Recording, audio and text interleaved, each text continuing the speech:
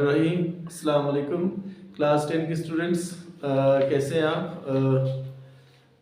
आज जो है हम लोग इंशाल्लाह ताला लास्ट चैप्टर जो है फिज़िक्स का न्यूमेरिकल उसके करने वाले हैं।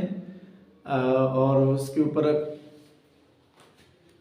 ऊपर आपने देखना है कि आपको पता है कि तमाम चैप्टर के न्यूमेरिकल्स अपलोड हो गए हैं, सिर्फ 18 के रह गए थे। तो आज इंशाल्लाह हम उसको करना शुरू करते हैं। 3 न्यूमेरिकल मैंने लिखे हैं, तो 3 इसके पहले 5 और एक एंड वाला आपने करना है, और इसकी एग्जांपल्स भी लाजमी करनी होती हैं। छोटे छोटे हैं, क्वेश्चन लंबे लंबे लिखे हुए, लेकिन करने में छोटे हैं। मतलब इसका इतना लंबे नहीं है, लेकिन करने में छोटे हैं। सही। अब करना कैसे है? जैसे 18.1 है क्वेश्चन नंबर, इधर लिखा क्वेश्चन नंबर 18.1, और यहाँ इसका डेटा लिखेंगे पहले सबसे। और कहता है the half life of nitrogen दी हुई है, जिस atomic number atomic mass number दिया हुआ है is 7.3 second. A sample of this nuclide of nitrogen is observed for 29.2 second. Calculate the fraction of original radioactive isotope remaining after this time. कहता है आपको पता है नाइट्रोजन जो है ये जो आग बुझाने के काम नहीं आती, वो जो आपको पड़े होते हैं 11 बड़े बड़े बिल्डिंगों में, ऑफिसेज में आग बुझाने के हालात, उसके अंदर नाइट्रोजन थे जो आग को बुझाने के लिए यूज होती है। और इसकी एज जो है बहुत ही कम है। ये हाफ लाइफ इसने बताया 7.3 सेकंड। इसका मतलब है ये इसकी लाइफ बहुत कम है। तो ये क्या दिया हुआ है? हाफ लाइफ दी हुई है। टाइम ऑफ हाफ लाइफ दिया हुआ है। Actually time of half life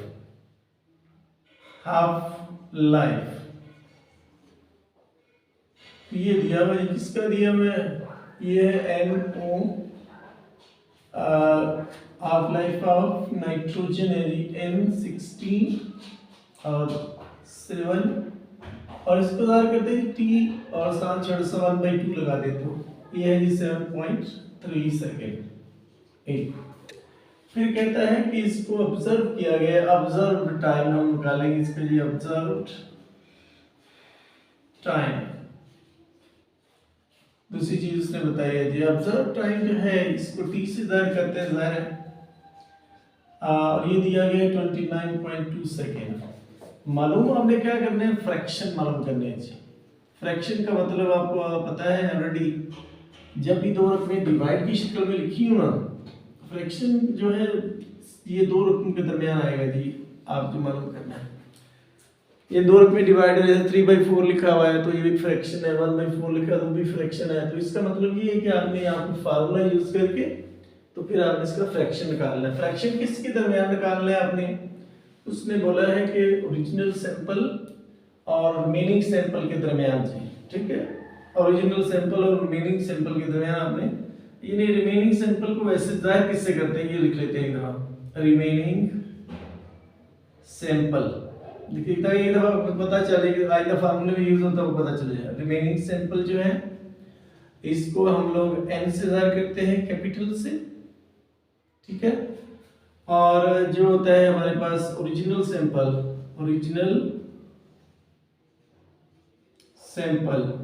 जो होता है ओरिजिनल सैंपल जो होगा हमारे पास उसे NO से जाहिर करते हैं जी। ये है क्वेश्चन। अब यहाँ सॉल्यूशन डाला, यहाँ फार्मूला लिखेंगे आप, फार्मूला, और फार्मूला ये आएगा जी। Remaining sample is equal to remaining sample is equal to original. लंबे पूरे इस पे लिखने की जरूरत नहीं है। मल्टीप्लाई 1/2 की पावर n। ये n का मतलब होता है नंबर ऑफ हाफ लाइफ्स। ये तो टाइम बताया ना हाफ लाइफ का, ये n जो है ना actually number of half lives होती है। इसको आपने अच्छी तरीके से समझना चाहिए। ये जो n है ना इसको मैं निकालने लगा हूं नंबर ऑफ हाफ लाइफ्स को। नंबर ऑफ हाफ लाइफ्स ये छोटा है, इसकी बात कर रहे हैं। ये कैसे निकालेंगे? ये निकालेंगे जो ऑब्जर्व टाइम है हमारे पास, ये जो दिया है ऑब्जर्व टाइम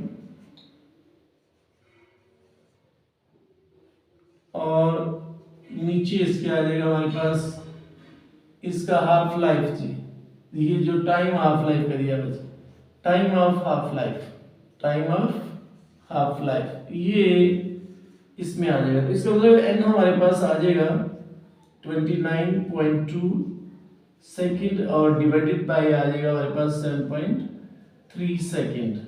और इसको ना अब इससे डिवाइड करेंगे, जब डिवाइड करेंगे तो ये चूंकि सेम क्वांटिटीज है तो आपको पता है इसका एस यूनिट तो नहीं आएगा, तो ये तकरीबन 4 आएगा। कैलकुलेटर से डिवाइड कर लेंगे अगर आपको ना आता हो, ठीक है, तो ये 4 आ जाएगा क्योंकि 7 का टेबल 29 में 4 टाइम ही जाता है तो ये फिर 4 ही होगा तकरीबन।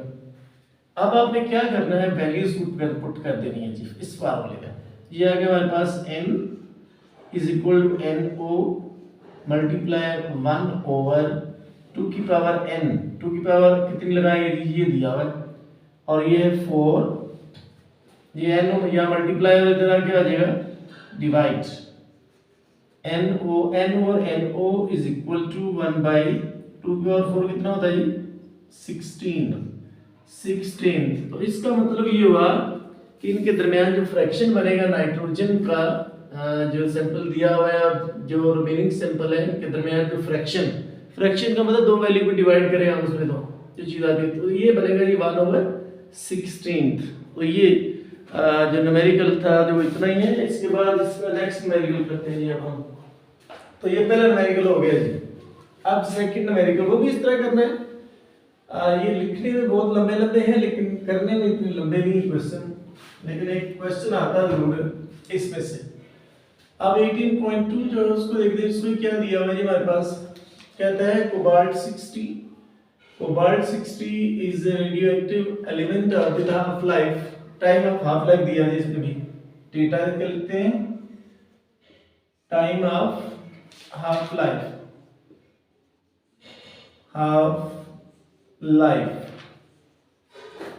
और इसको किससे कहते हैं t के साथ 1/2 लगा देते हैं। और ये कितनी दी हुई है हमारे पास 5.25 इयर्स।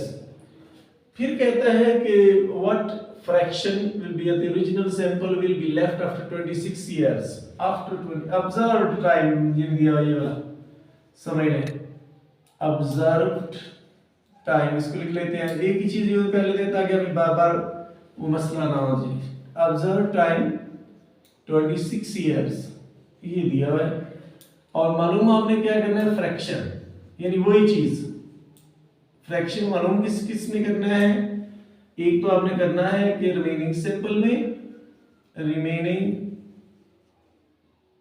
सैंपल यानी जो बाकी बच जाएगा वो, और रिमेनिंग सैंपल को n से जाहिर करते हैं। ओरिजिनल सैंपल को किससे करेंगे जी, ओरिजिनल सैंपल इसको किससे करेंगे वो आपने निकालना है। और ये हो गया हमारे पास NO। और अब आपने नंबर ऑफ हाफ लाइफ मालूम कर लेते हैं। सॉल्यूशन डाला या ये फार्मूला लिखेंगे, पहले फार्मूला क्या है हमारे पास, fraction is equal to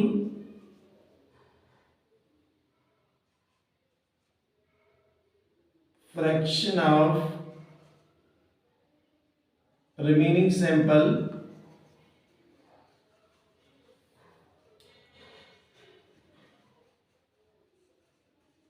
is equal to original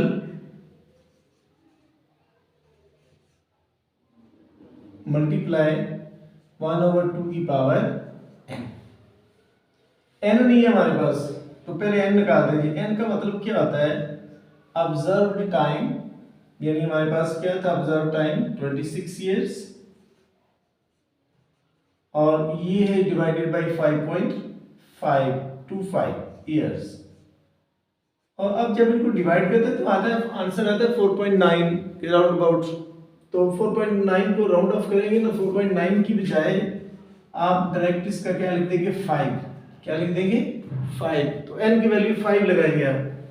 तो सो अब आप निकाल सकते हैं फ्रैक्शन, यहाँ पर रिमेनिंग सैंपल के लिए n, ओरिजिनल के लिए NO, और इधर हाफ लाइफ के लिए लिख दिए 1/2 की पावर n।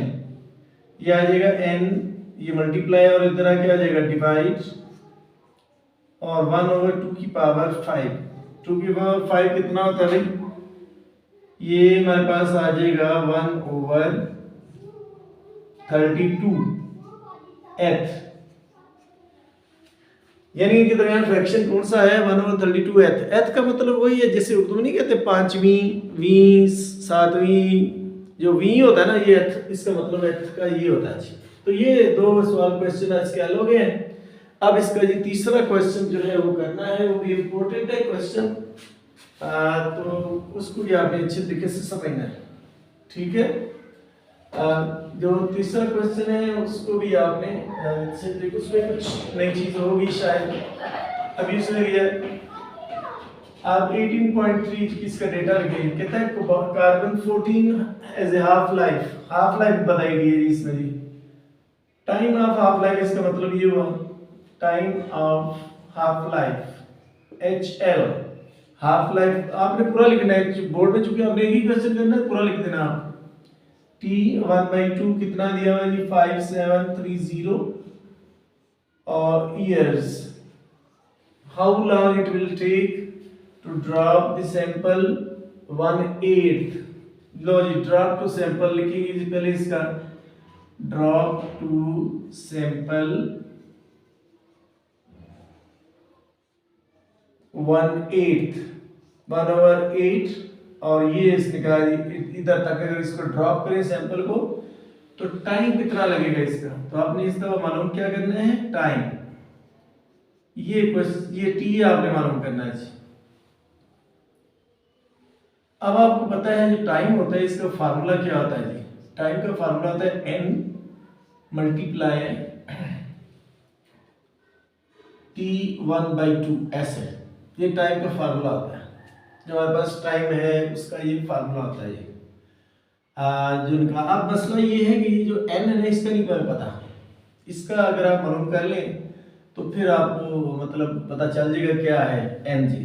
अब जो फार्मूला होता है n निकालने के लिए सॉल्यूशन यहाँ लिखा सॉल्यूशन, और जो हम लोग फार्मूला यूज करेंगे वो क्या है जी? वो ये है कि अब हमें पता है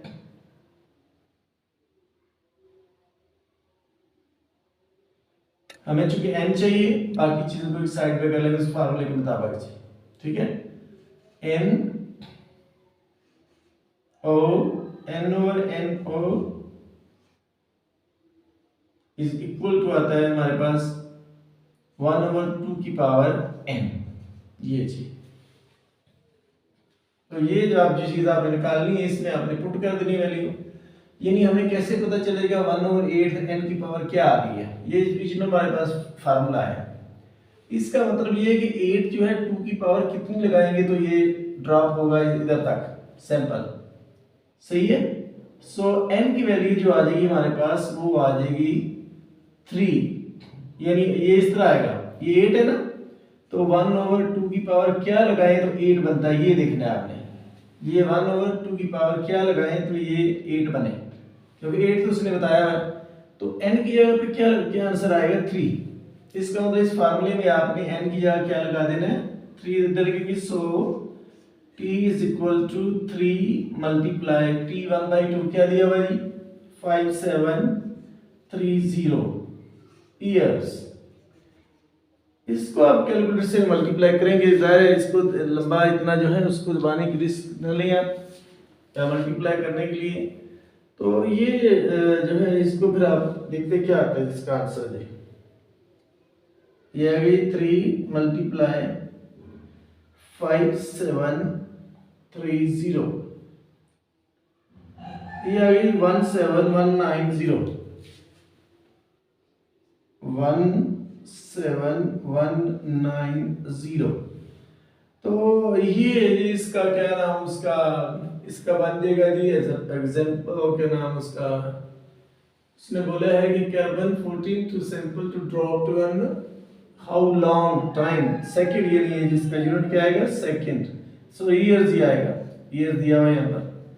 तो इतने सालों के बाद अगर इसको साइंटिफिक नोटेशन में लिखना चाहे तब भी आप लिख सकते हैं जी। 1.7 मल्टीप्लाई कितना आएगा? 10 की पावर 4, 1 2 3 4। अगर आप ऐसा लिखना चाहें तब भी ठीक है, अब अगर आप ऊपर छोड़ दें तब भी ठीक है जी। ये कार्बन जो वही है जो आप सुनते हैं ना कि क्या नाम उसका, आपको पता है कि कोई बंदे कहते हैं फलां की उम्र इतनी है, फलां बंदे की एज इतनी है। कभी कभार आप टीवी में सुनते हैं यार 5000 साल पुरानी हड्डियाँ जो है वो वहाँ से दरियाफ्त हुई हैं, कोई ढांचे वहाँ से दरियाफ्त हुए हैं। तो हड्डियों का कैसे पता चलता है कि ये इतनी पुरानी है? किसी इंसान की उम्र का पता लगाना हो तो उसकी हड्डी में कार्बन की मकदार को चेक किया जाता है कि वो कितनी पुरानी है, ठीक है, तो उससे पता चल जाता है इंसान की एज क्या है। तो ये तो थे आज की वीडियो के क्वेश्चन। उम्मीद है कि आपने इसको अच्छी तरह समझा होगा। Thank you so much for watching, और इसको आप अच्छी तरीके से समझते रहे और कमेंट्स करते रहेंगे।